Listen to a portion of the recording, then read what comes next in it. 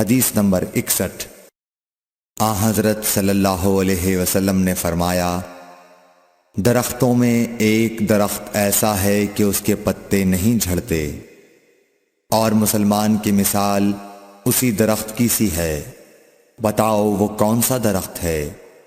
یہ سن کر لوگوں کا خیال جنگل کی طرف دوڑا۔ عبداللہ رضی اللہ تعالی عنہ نے کہا، میرے دل میں آیا کہ وہ کھجور کا درخت ہے، مگر میں اپنی کمسنی کی شرم سے نہ بولا۔ آخر صحابہ نے حضرت صلی اللہ علیہ وسلم سے پوچھا کہ وہ کون سا درخت ہے؟ آپ نے فرمایا، وہ کھجور کا درخت ہے۔ صحیح بخاری حدیث نمبر 63۔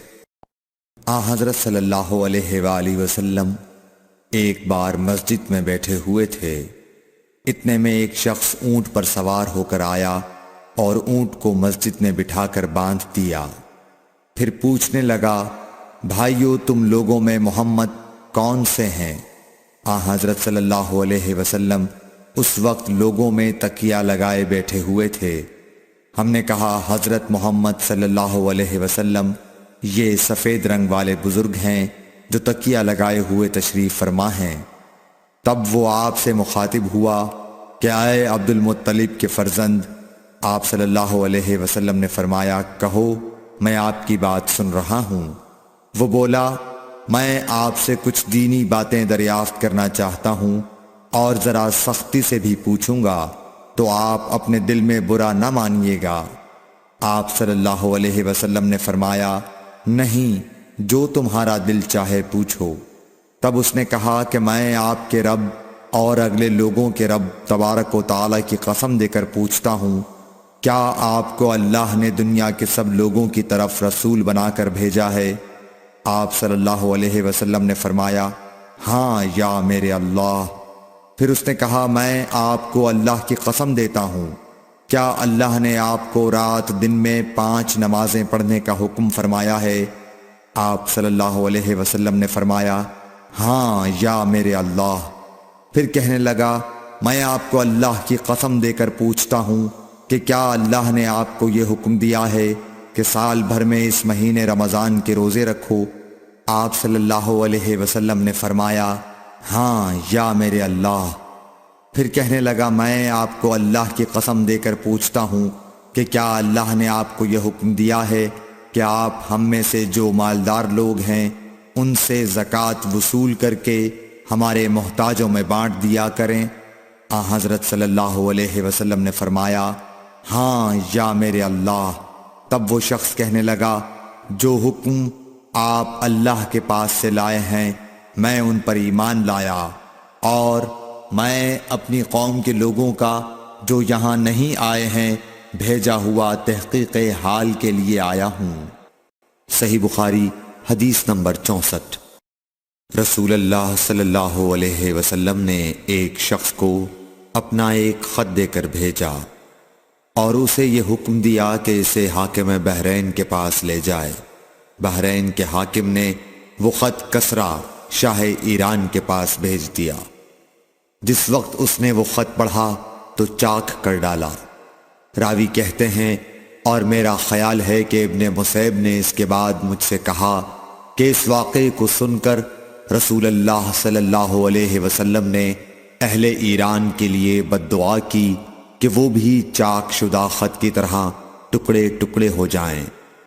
صحیح بخاری حدیث نمبر 65۔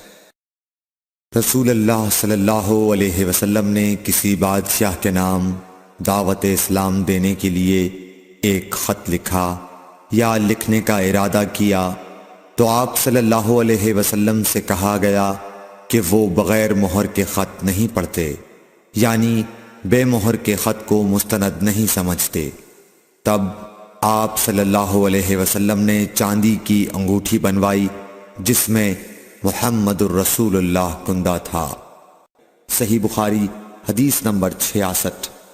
ایک مرتبہ رسول اللہ صلی اللہ علیہ وسلم مسجد میں تشریف فرما تھے اور لوگ آپ صلی اللہ علیہ وسلم کے ارد گرد بیٹھے ہوئے تھے کہ 3 آدمی وہاں آئے۔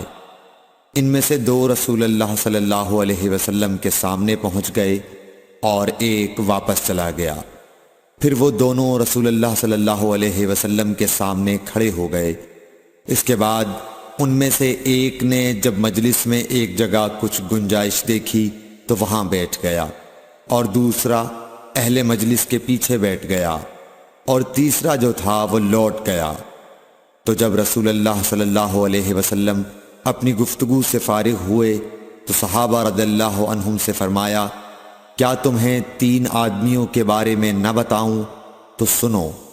ان میں سے ایک نے اللہ سے پناہ چاہی، اللہ نے اسے پناہ دی، اور دوسرے کو شرم آئی تو اللہ بھی اس سے شرمایا کہ اسے بھی بخش دیا، اور تیسرے شخص نے منہ موڑا، اللہ نے بھی اس سے منہ موڑ لیا۔ صحیح بخاری حدیث نمبر 67۔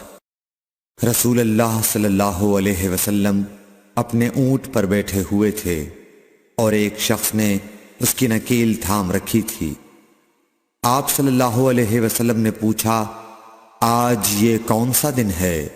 ہم خاموش رہے حتیٰ کہ ہم سمجھے کہ آج کے دن کا آپ کوئی دوسرا نام اس کے نام کے علاوہ تجویز فرمائیں گے۔ پھر آپ صلی اللہ علیہ وسلم نے فرمایا، کیا آج قربانی کا دن نہیں ہے؟ ہم نے عرض کیا، بے شک۔ اس کے بعد آپ صلی اللہ علیہ وسلم نے فرمایا، یہ کون سا مہینہ ہے؟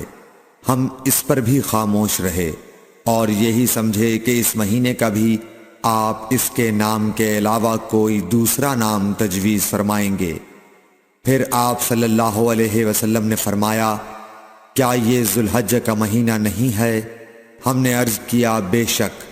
آپ صلی اللہ علیہ وسلم نے فرمایا، تو یقیناً تمہاری جانیں اور تمہارے مال اور تمہاری آبرو تمہارے درمیان اسی طرح حرام ہیں جس طرح آج کے دن کی حرمت تمہارے اس مہینے اور اس شہر میں ہے۔ پس جو شخص حاضر ہے اسے چاہیے کہ غائب کو یہ بات پہنچا دے، کیونکہ ایسا ممکن ہے کہ جو شخص یہاں موجود ہے وہ ایسے شخص کو یہ خبر پہنچائے جو اس سے زیادہ یاد رکھنے والا ہو۔ صحیح بخاری حدیث نمبر 68۔ رسول اللہ صلی اللہ علیہ وسلم نے ہمیں نصیحت فرمانے کے لیے کچھ دن مقرر کر دیے تھے، اس ڈر سے کہ کہیں ہم کبھی دخاطر نہ ہو جائیں۔ صحیح بخاری حدیث نمبر 69۔ آپ صلی اللہ علیہ وآلہ وسلم نے فرمایا، آسانی کرو اور سختی نہ کرو، اور خوش کرو اور نفرت نہ دلاؤ۔ صحیح بخاری حدیث نمبر 70۔ عبداللہ ابن مسعود ہر جمعرات کے دن لوگوں کو واعظ سنایا کرتے تھے۔ ایک آدمی نے ان سے کہا، اے ابو عبد الرحمن، میں چاہتا ہوں کہ تم ہمیں ہر روز واعظ سنایا کرو۔